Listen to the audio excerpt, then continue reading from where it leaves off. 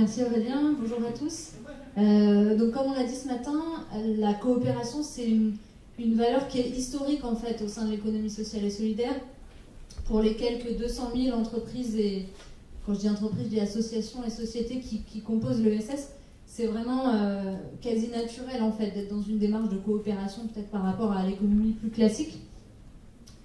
Et pourtant, on a remarqué ces dernières années une recrudescence des projets de coopération d'entreprises qui se regroupent, qui se dupliquent, parce que la pression économique, les mutations aussi d'économie, l'avènement du numérique ont poussé les entreprises à aller vers plus de coopération. On pense par exemple aux franchises solidaires, on pense aux réseaux associatifs, on pense aux groupes solidaires, on pense aux groupements coopératifs. J'en passe, il y en a énormément. En étudiant ces sujets-là, j'en ai recensé quasi une cinquantaine de termes pour désigner ces modes d'organisation de la coopération.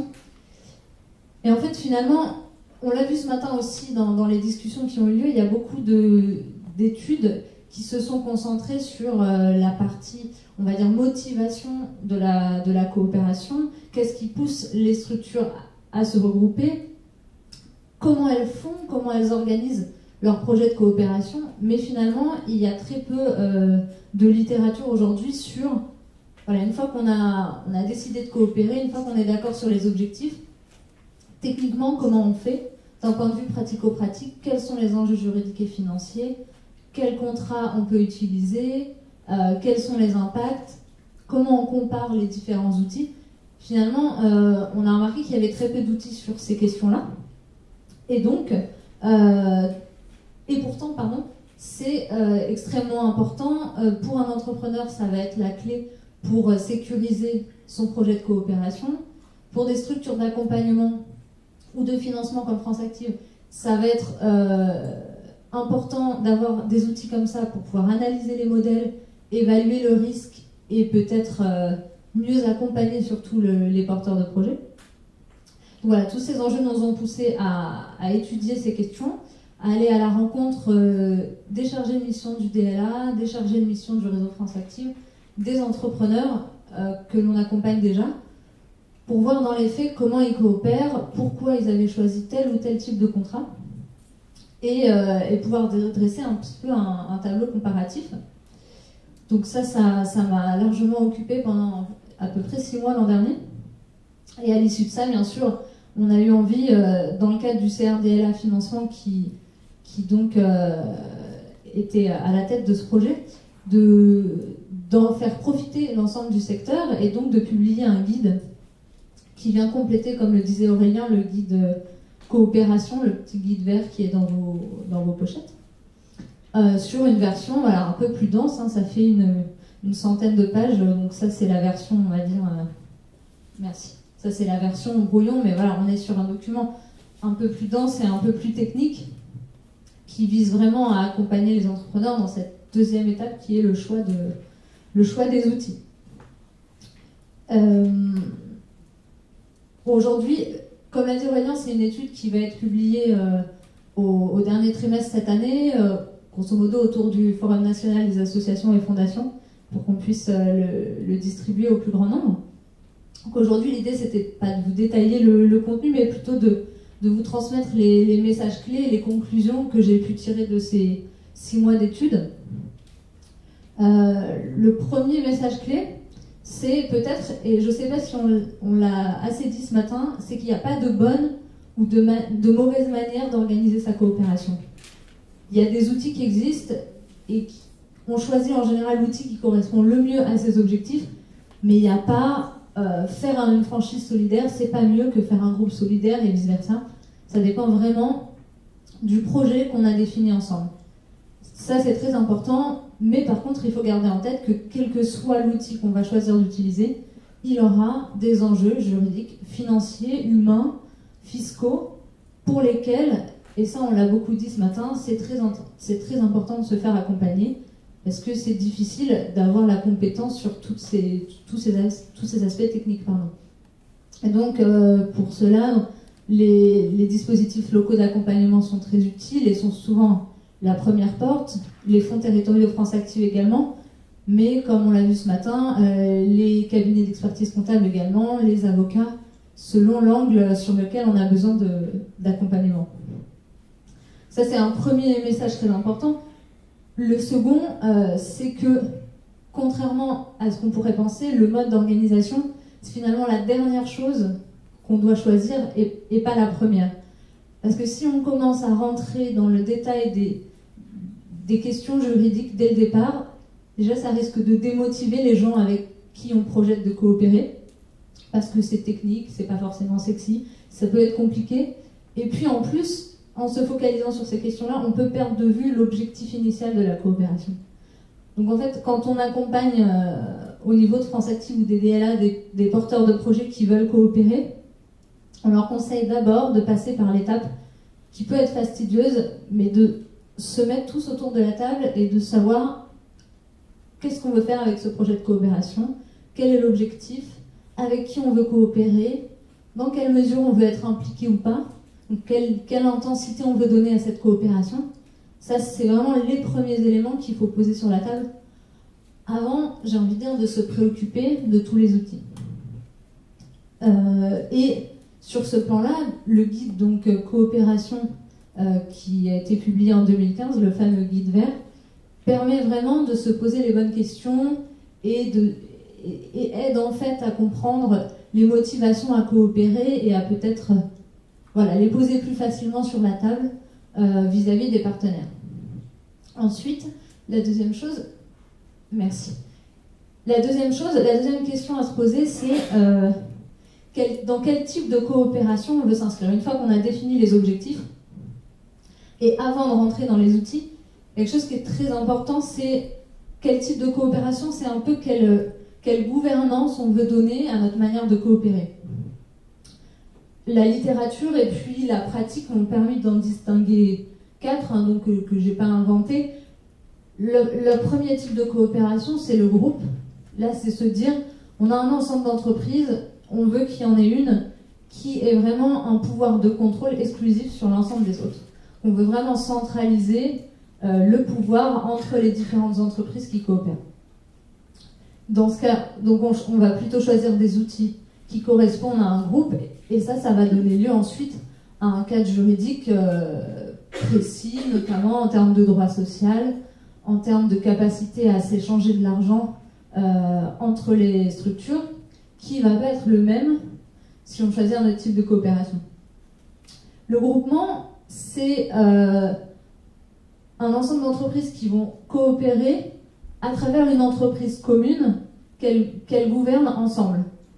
Donc là, l'exemple assez classique, c'est les coopératives, par exemple Biocop, où donc on a une structure coopérative qui a été créée par un ensemble de commerçants et qui est gouvernée à la fois par ces commerçants, mais aussi par des producteurs et différentes parties prenantes. Donc, un deuxième mode de coopération. Troisième type de coopération, c'est le réseau, très très connu et historiquement très utilisé dans l'ESS, où là on est sur une coopération sans échange de gouvernance, c'est-à-dire que chaque entité garde sa gouvernance propre, mais coopère en mutualisant des moyens, en échangeant du personnel éventuellement, en ayant une tête de réseau qui permet de faire un lobbying à l'échelle nationale, mais voilà, sans interférence en termes de gouvernance. Et puis l'écosystème, et finalement, c'est toutes les autres entreprises qui gravitent autour d'une entreprise et avec qui elle peut avoir des coopérations un peu plus ponctuelles ou un peu plus accessoires, comme par exemple une entreprise va coopérer avec son banquier ou avec un fournisseur, sans finalement qu'il y ait de logique ou de projet commun vraiment construit. Voilà, l'écosystème, c'est plutôt tout le reste des entreprises qui gravitent autour de l'entreprise qu'on considère. Donc vraiment, se porter sur cette typologie avant d'aller dans les outils juridiques, c'est simplement se faciliter la tâche, parce que là, on choisit entre 4 possibilités. Les outils juridiques, il y en a autant qu'on peut l'imaginer, en fait. Donc ça permet déjà de savoir comment on veut que notre projet de coopération soit gouverné, pour ensuite, et c'est là que le guide qui va sortir donc à l'automne apporte beaucoup d'éléments pour ensuite se concentrer sur les outils juridiques et se dire ok, donc dans la catégorie groupement, qu'est-ce qu'il existe comme différents groupements? Il existe le GCSMS, il existe le GCS, il existe la coopérative. Et là, ce que le guide va apporter, c'est tout simplement une fiche pratique par outil existant ou par dénomination, parce que des fois, ce n'est pas des outils que le droit a clairement identifiés, mais c'est dans l'ESS des outils des dénominations qui sont fréquemment utilisées.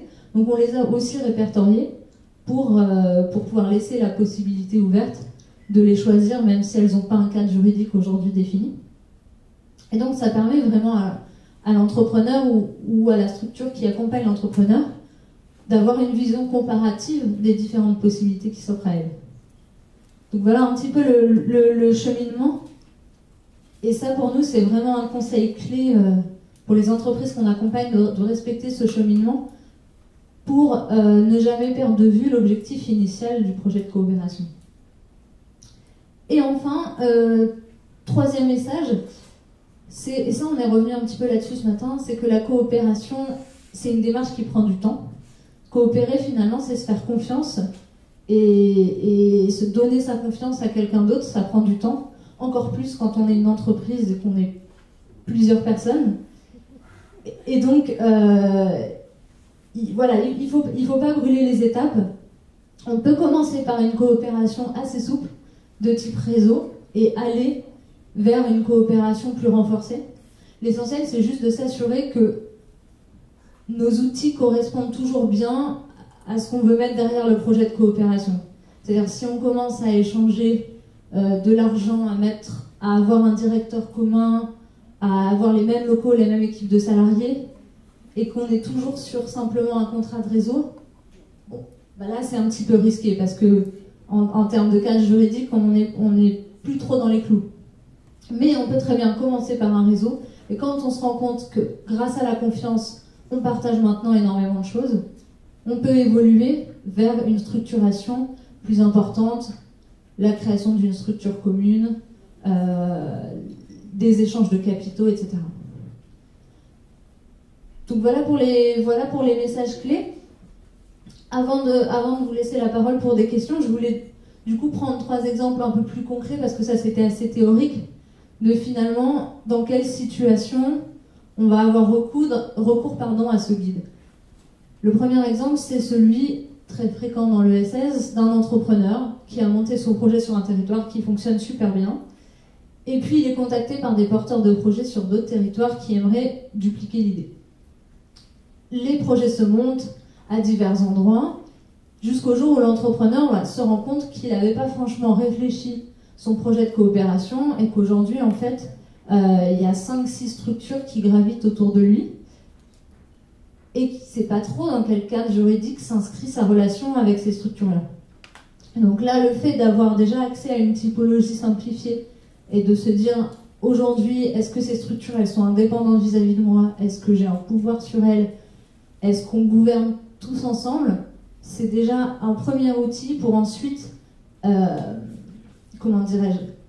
s'assurer que son mode de coopération actuel respecte le cadre juridique, parce qu'il existe vraiment des choses spécifiques au groupe, je pense en droit social, au comité de groupe ou à l'UES, qu'il faut respecter.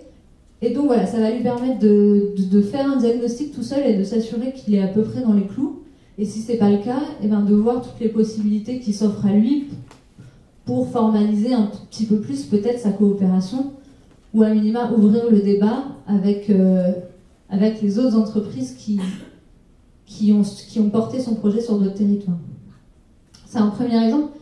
Deuxième exemple, c'est par exemple des structures d'insertion qui, sur un territoire, ont voulu se regrouper pour créer un parcours complémentaire pour les bénéficiaires, et notamment mutualiser la fonction d'accompagnement socio-professionnel, quelque chose qu'on retrouve beaucoup dans le domaine de l'insertion. Elles ont échangé pendant plus d'1 an pour savoir jusqu'où elles voulaient coopérer, comment allait se passer leur projet de coopération, etc. Vraiment, elles sont au clair, elles ont bien réfléchi à la question, mais aujourd'hui elles ont envie de comparer les différentes possibilités que je citais tout à l'heure, le GCS, le groupement d'intérêt économique, la création d'une association commune, la création d'une coopérative, le groupement d'employeurs. Voilà, énormément de statuts qu'elles ont pu entendre à droite à gauche. Elles ne savent pas ce qui se cache derrière, elles ne savent pas s'il s'agit d'une forme juridique, s'il s'agit d'un contrat. Donc ça va leur permettre de répondre à ces questions-là. Et dernière chose, ça peut aussi être du côté des structures d'accompagnement, un chargé de mission de DLA qui accueille des porteurs de projets, qui lui parle de créer un GC-SMS. Et là, le chargé de mission de DLA, c'est la première fois qu'il entend ce mot-là.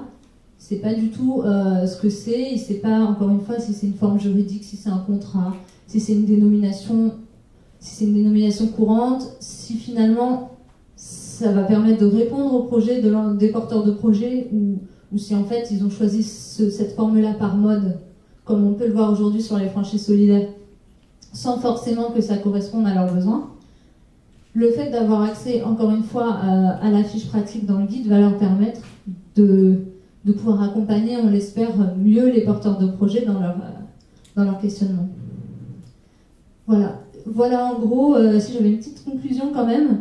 Voilà, donc en fait c'est un guide qui se veut être un manuel de référence sur les aspects pratico-pratiques et techniques de la coopération, et qui liste les outils qui existent aujourd'hui, mais qui, on l'espère, contribuera à vous aider à créer les modes de coopération de demain.